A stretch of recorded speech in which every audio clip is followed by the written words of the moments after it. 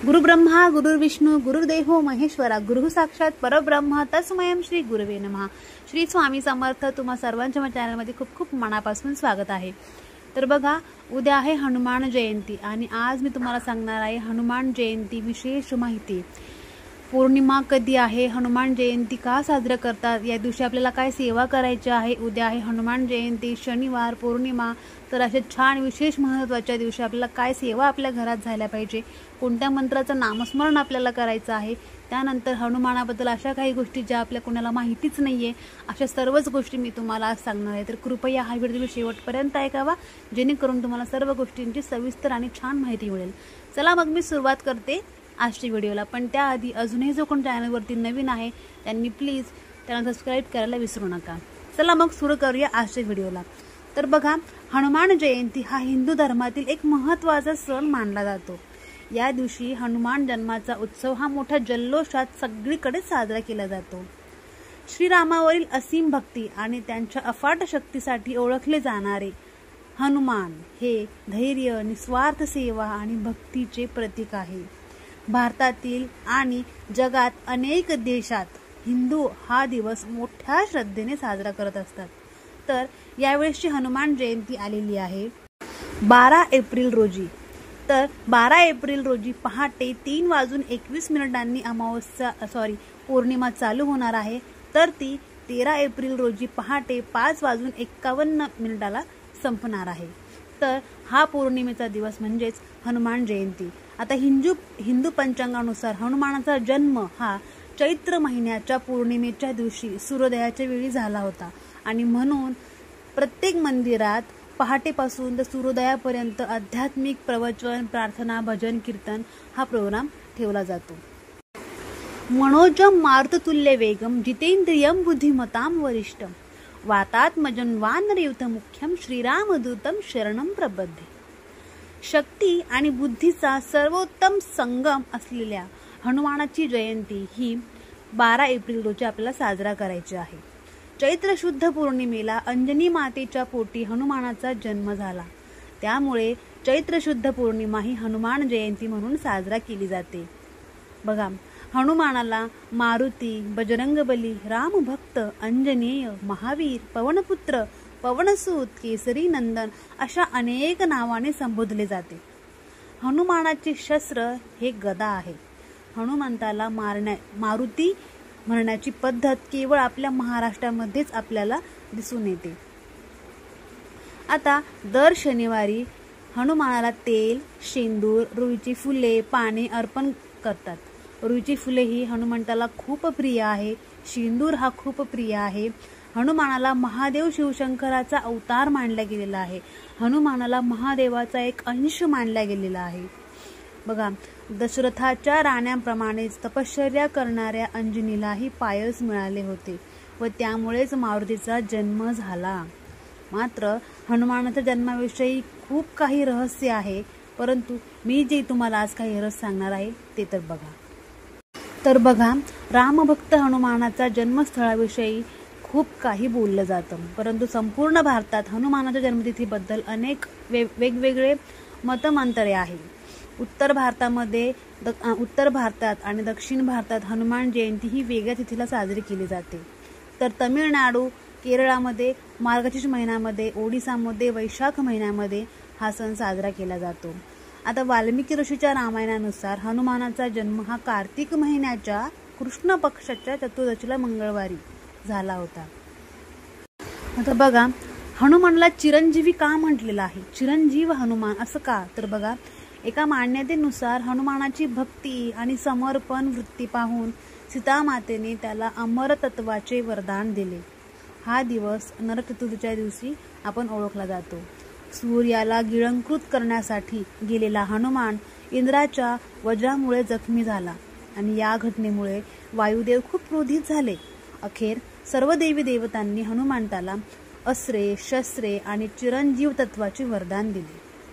हनुमानाच्या व्रात्यपणामुळे एका ऋषीने तर हनुमानाला शक्तीच्या विस्मृतीचा शाप दिला होता की त्याला त्या शक्तीचा विसर पडेल हा शाप त्याला दिला होता। परंतु सीतामय्याच्या शोधार्थ जेव्हा रावणाने सीतामय्याला पळवून नेले होते, तेव्हा सीतामातेच्या शोधार्थ निघालेल्या हनुमानाला समुद्र ओलांडताना जांबुवंतांनी हनुमानाला त्याच्या शक्तीची आठवण करून दिली होती. हनुमान चिरंजीवी असल्याने तो आज देखील अस्तित्वात असल्याची मान्यता भाविकांमध्ये आहे. हनुमानाला लावण्यात येणारा शेंदूर अत्यंत पवित्र मानला जातो. शरीर सौष्ठत्व कमावण्याची आवड असणाऱ्या हनुमानाची आराधना करावी. ज्यांना कोणाला आपली शरीर यष्टी चांगली करायची आहे, त्यांना शरीर चांगलं दिसावं असं वाटत असेल, त्यांनी तर हनुमानाची आराधना करावी असं म्हटलं जातं.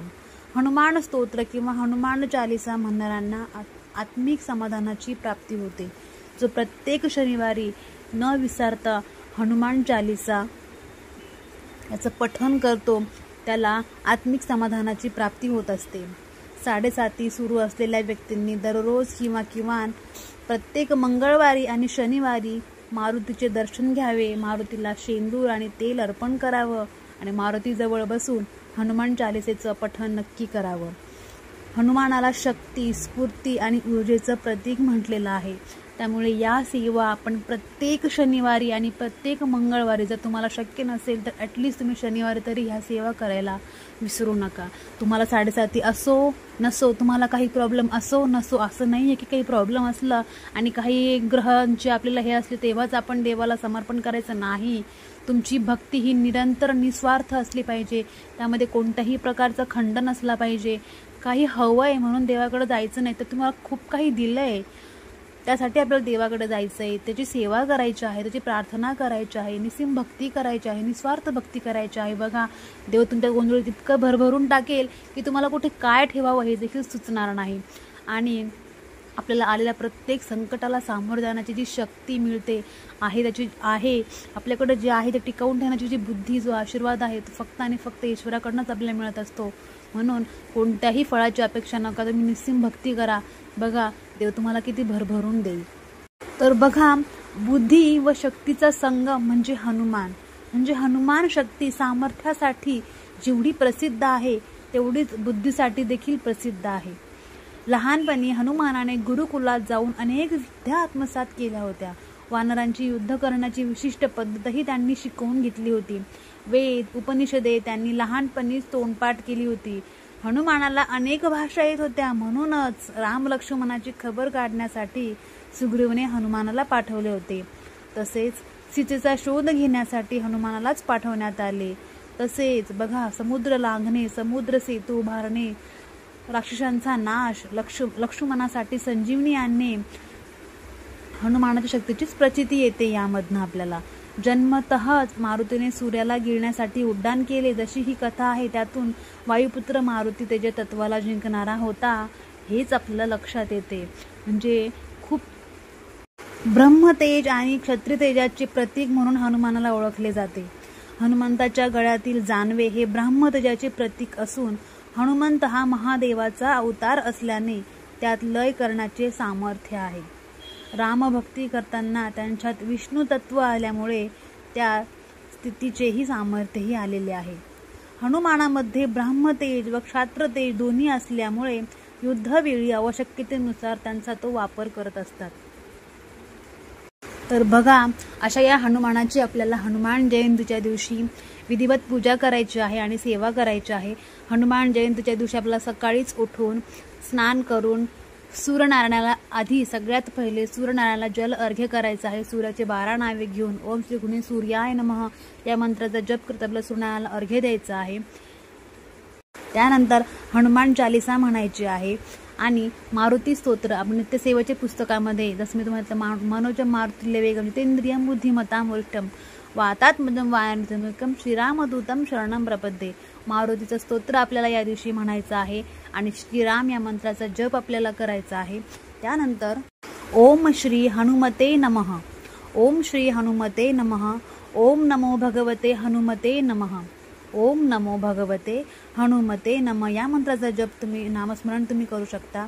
त्यानंतर ओम नमो हनुमते रुद्र अवताराय सर्व शत्रु संहारणाय सर्व रोग हराय सर्व वशीकरणाय रामदूताय स्वाहा मंत्र तुम्हाला मी लिहून दिलेला आहे, त्याचं नामस्मरण देखील करू शकता.